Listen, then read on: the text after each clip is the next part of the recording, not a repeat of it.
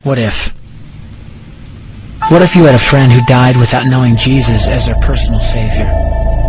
What if he or she went to hell? What if one day you received a letter in the mail from beyond? A letter from hell. A letter from your friend in the flames of eternal torment. The following is a dramatic presentation. It was written by a fictitious high school student named Josh to a friend named Zach. Although Zach had every opportunity to tell Josh about Jesus, he didn't. They were best friends. They played soccer together, they went to classes together, they partied together, they shared their lives with each other. But there was one thing Zach held back from Josh: his personal relationship with Jesus Christ.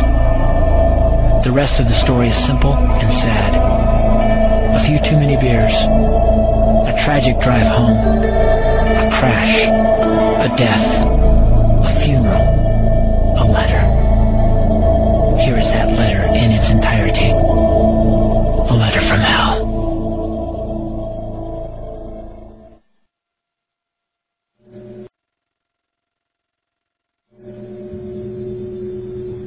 Dear Zach,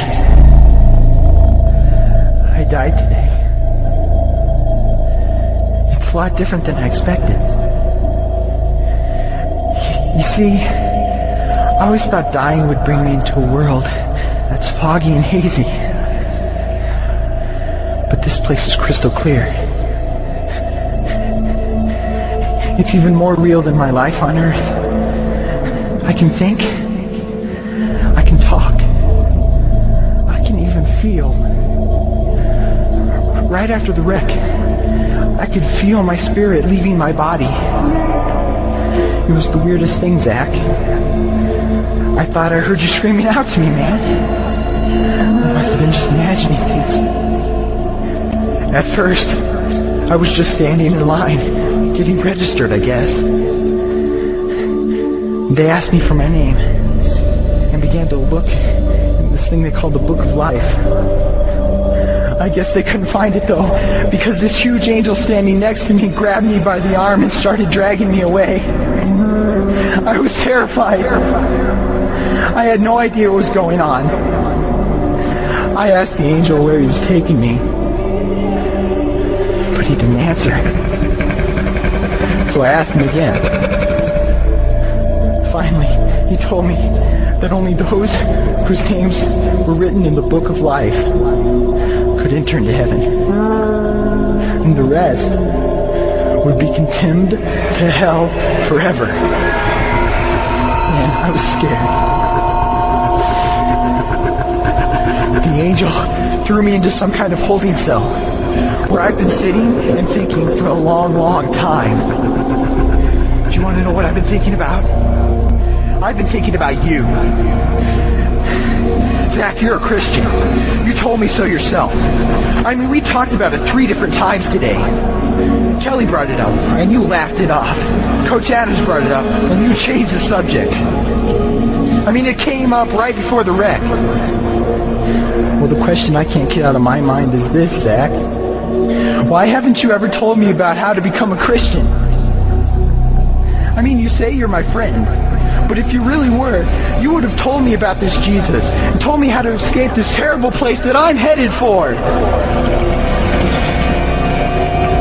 I can feel my heart pounding in my chest. The angels who have been chosen to cast me into hell are coming down the hallway. I can hear their footsteps. I've heard of this hell, Zach. They call it the lake of fire. I can't stand it, Zach. I'm terrified. No, the angels are at the door. Oh, no. No! They're coming in, and they're pointing at me. They're grabbing me and carrying me out of the room. I can already smell the burning sulfur and brimstone. I can see the edge of the cliff where hell burns. This is it. I am without hope. We're coming closer. Closer. Closer. My heart is bursting with fear.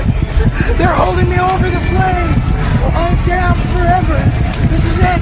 They have thrown me in. Fire. Pain. Hell. Why, Zach?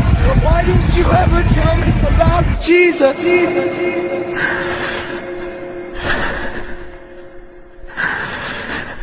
Signed, your friend, Josh. Your friend, Josh. P.S.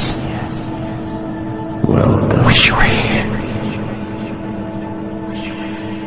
Wish you were here. Wish you were here. Wish you were here. Wish you were here.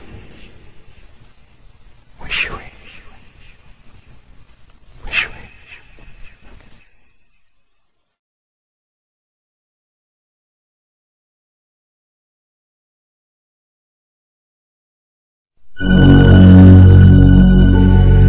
Don't bother me. Don't bother me with souls to save. I have my own agenda. There's school to do, sports to play, important stuff to attend to. Don't bother me with my friend at work. He's got his own religion. I don't have time to change his mind. He'll make his own decision. Don't bother me with that little girl, the girl playing in the street. She's much too young to understand that the Savior she can meet. Don't bother me with the sounds I hear, the sounds of people shrieking, although I wonder who they are. Who are these victims screaming? Don't bother me with who they are. I really don't want the blame. Because it's my friend at work and that little girl.